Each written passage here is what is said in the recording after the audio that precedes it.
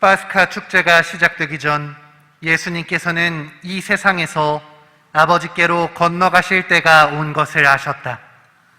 그분께서는 이 세상에서 사랑하신 당신의 사람들을 끝까지 사랑하셨다. 만찬 때의 일이다. 악마가 이미 시몬 이스카리옷의 아들 유다의 마음속에 예수님을 팔아넘길 생각을 불어넣었다. 예수님께서는 아버지께서 모든 것을 당신 손에 내주셨다는 것을, 또 당신이 하느님에게서 나왔다가 하느님께 돌아간다는 것을 아시고 식탁에서 일어나시어 겉옷을 벗으시고 수건을 들어 허리에 두르셨다. 그리고 대야에 물을 부어 제자들의 발을 씻어주시고 허리에 두르신 수건으로 닦기 시작하셨다. 그렇게 하여 예수님께서 시몬 베드로에게 이르시자 베드로가 주님께서 제 발을 씻으시렵니까? 하고 말하였다. 예수님께서는 내가 하는 일을 내가 지금은 알지 못하지만 나중에는 깨닫게 될 것이다 하고 대답하셨다. 그래도 베드로가 예수님께 제 발은 절대로 씻지 못하십니다 하니 예수님께서 그에게 대답하셨다. 내가 너를 씻어주지 않으면 너는 나와 함께 아무런 몫도 나누어 받지 못한다. 그러자 시몬 베드로가 예수님께 말하였다. 주님, 제 발만 아니라 손과 머리도 씻어주십시오. 예수님께서 그에게 말씀하셨다. 목욕을 한 이는 온몸이 깨끗하니 발만 씻으면 된다. 너희는 깨끗하다. 그러나 다 그렇지는 않다.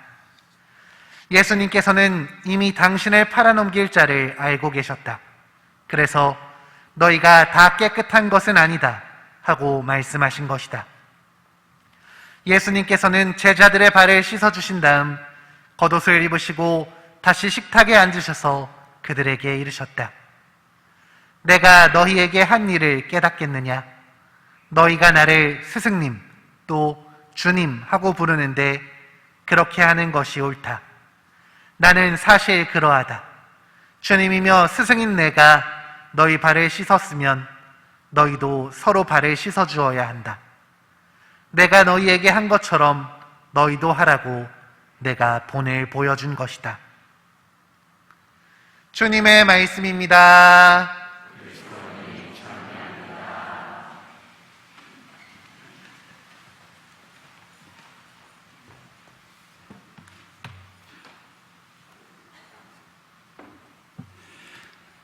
천미 예수님,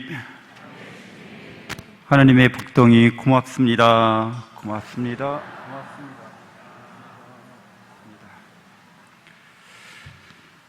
네, 오늘 구약의 파스카에 대해서 기념하는 새로운 파스카 주님 만찬 미사를 거행하는데요.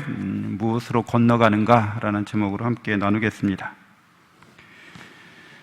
구약의 파스카라는 말의 뜻은 여러분 다 아시죠? 거르고 넘어가다 이런 뜻입니다. 인생에는, 삶에는 반드시 넘어가야 할 과정들이 있죠. 그리고 그 과정 중에는 이제 통과 의례가 있습니다. 그리고 이 인생의 이런 과정이나 통과 의례로 이루어진 그런 계속되는 성장을 위한 연속적인 마디가 이렇게 이루어져 있다고 볼 수 있습니다. 출생했을 때 잔치라는 그런 의례를 행하는 거죠. 기념하는 거죠. 입학하고 또 졸업할 때 그런 과정을 거치면서 통과 의례를 하게 됩니다.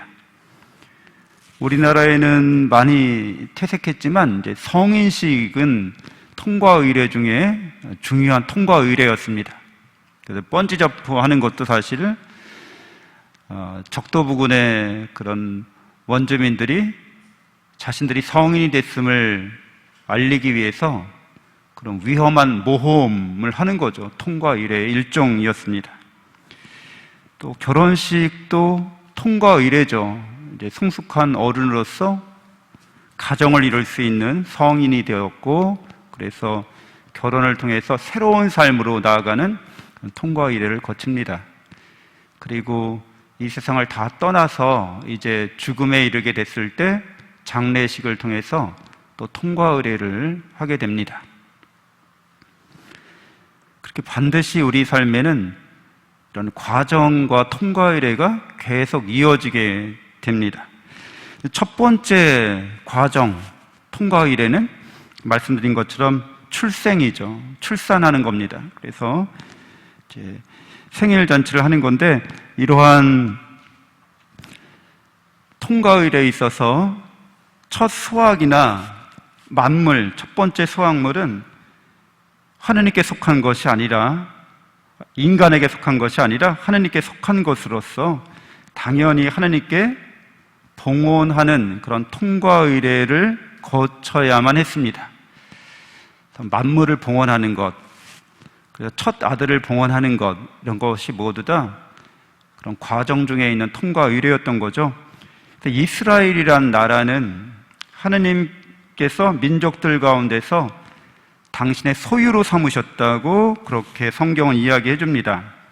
그러니까 하느님이 이스라엘 민족에게 너는 내 것이다 하셨다는 거죠. 소유라는 말은 히브리 말로 세쿨라라고 하는데, 이 세쿨라라는 말은 보물이란 뜻이에요. 그러니까 아주 특별히 아끼는 것, 이런 걸 말합니다. 재산 목록 1호 이런 것을 의미하죠. 그래서 이스라엘은 하느님께 그런 소유로서 맏아들과 같기 때문에 하느님께 민족들 가운데서 첫째 아들로 봉헌된 민족이라는 의미를 갖고 있습니다. 이스라엘은 사제들의 나라, 거룩한 민족으로서 탈출기 19장 5절에서 6절에 그렇게 기록되어 있습니다.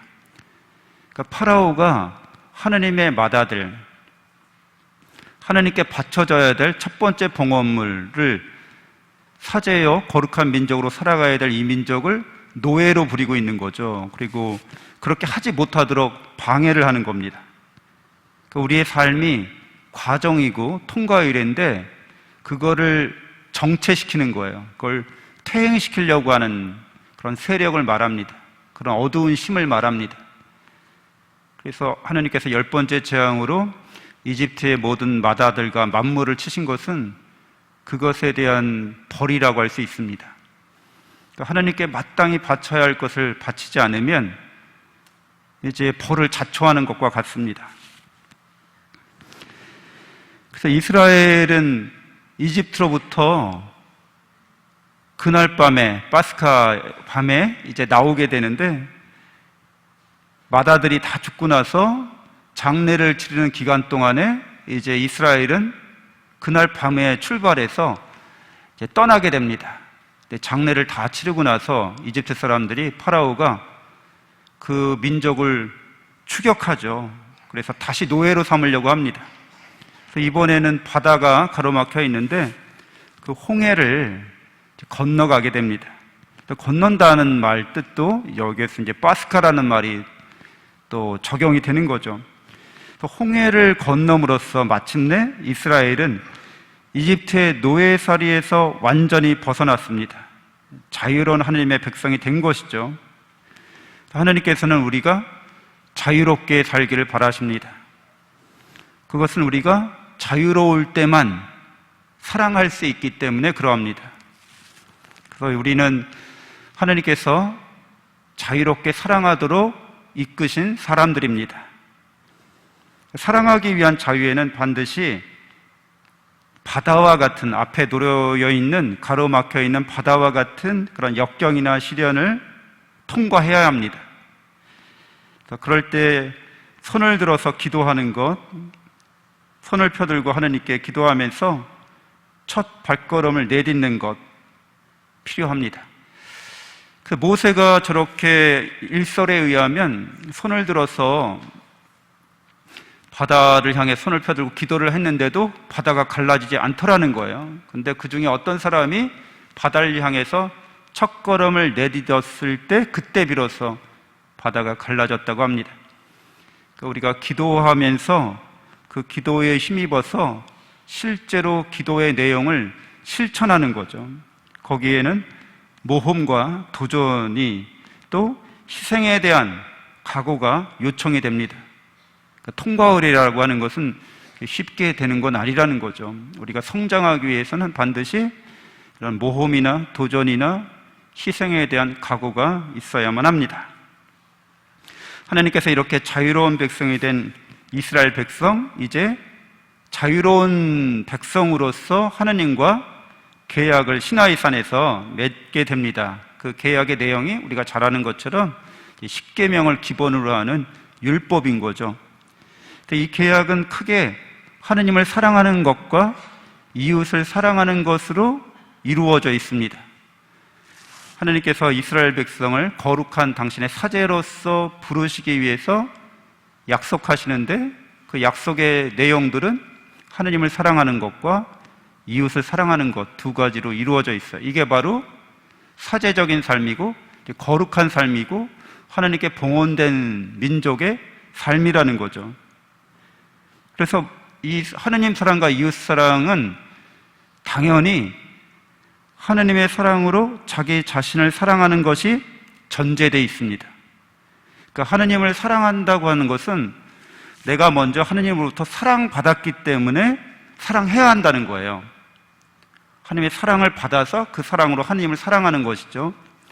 그리고 하나님의 사랑으로 자기 자신을 사랑하기 때문에 그 사랑이 우러나와서 이웃을 사랑할 수 있게 되는 겁니다.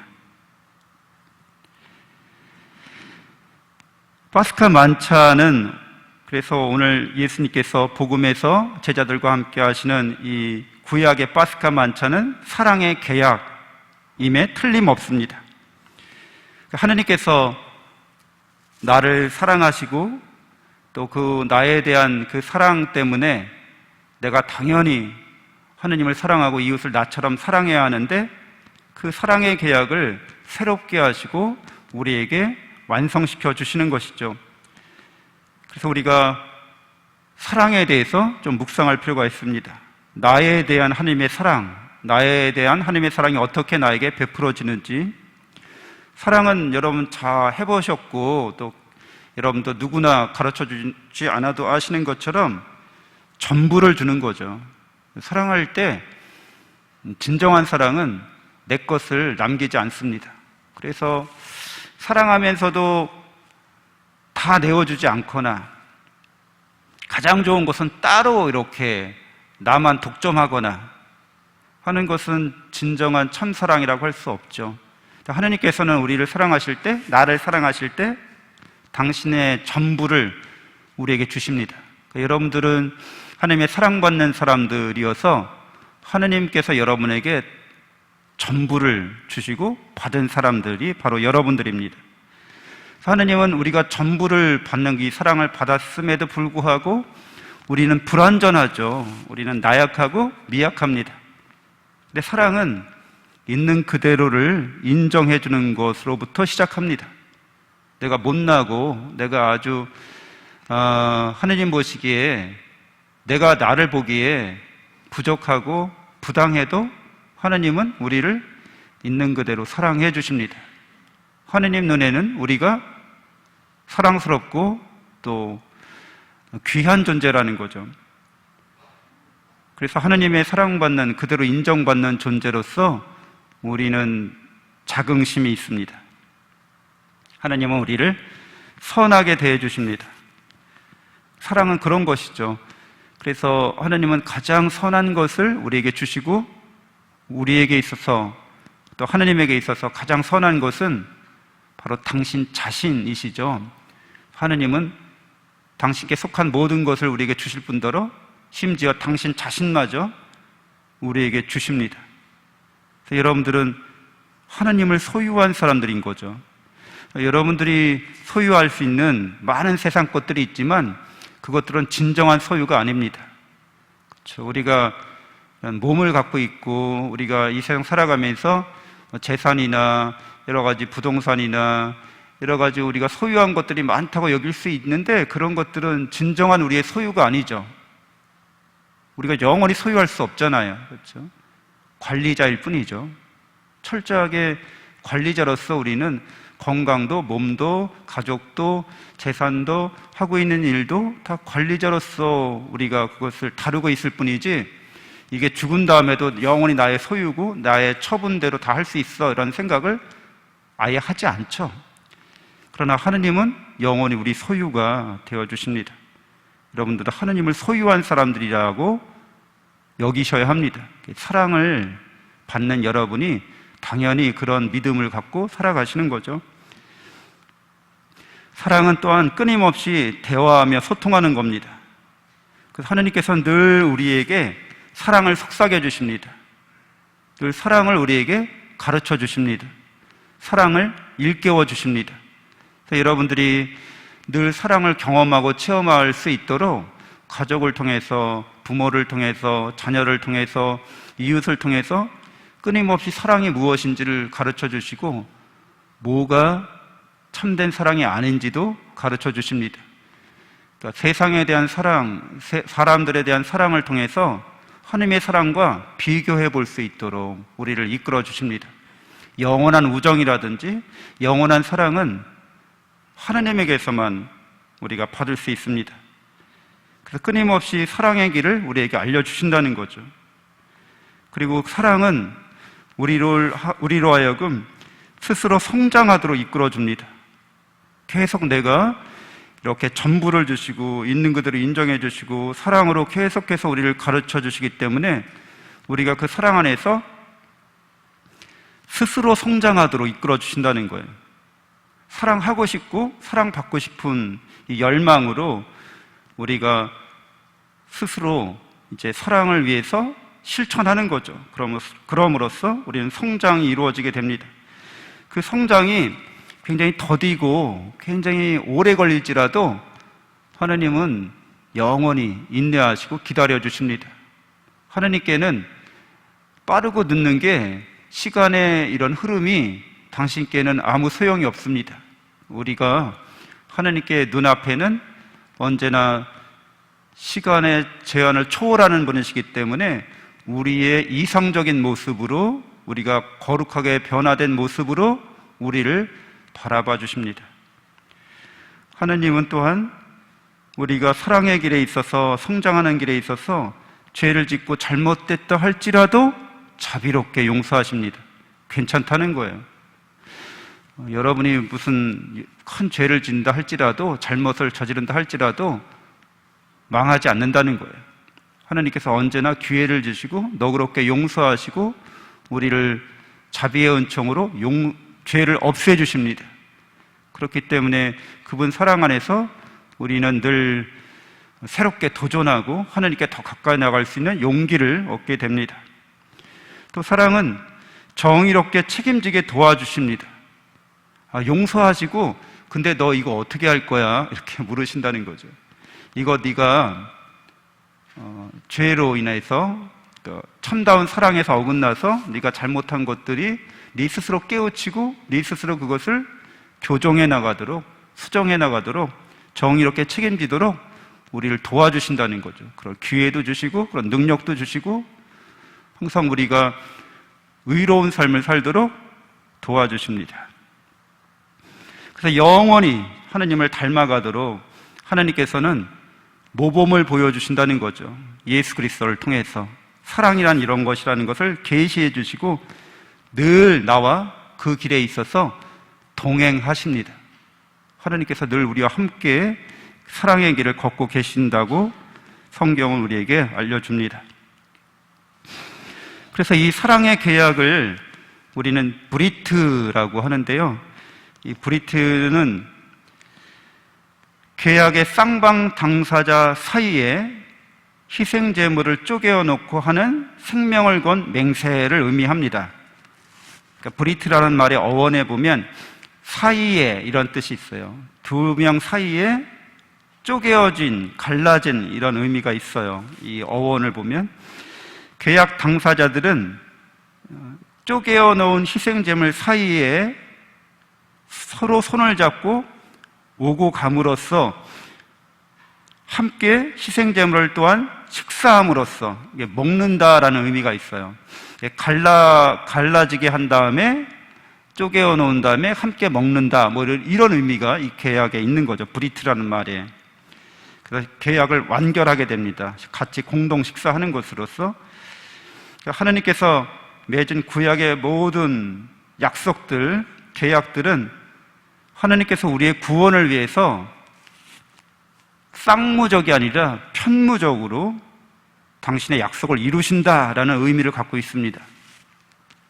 그래서 아브라함이 이렇게 짐승 사이를 갈라놓고서 밤에 하나님을 기다리는데 불 붙는 화덕이, 불 붙는 가마가 저 쪽에 넣은 짐승 사이를 왔다 갔다 하죠. 그러니까 하나님의 현현이에요.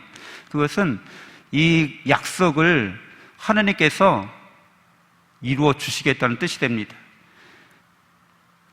아브라함이 잘하거나 잘못하거나 상관없이 이렇게 약속한 것을 내가 이루어 주겠다는 것이죠.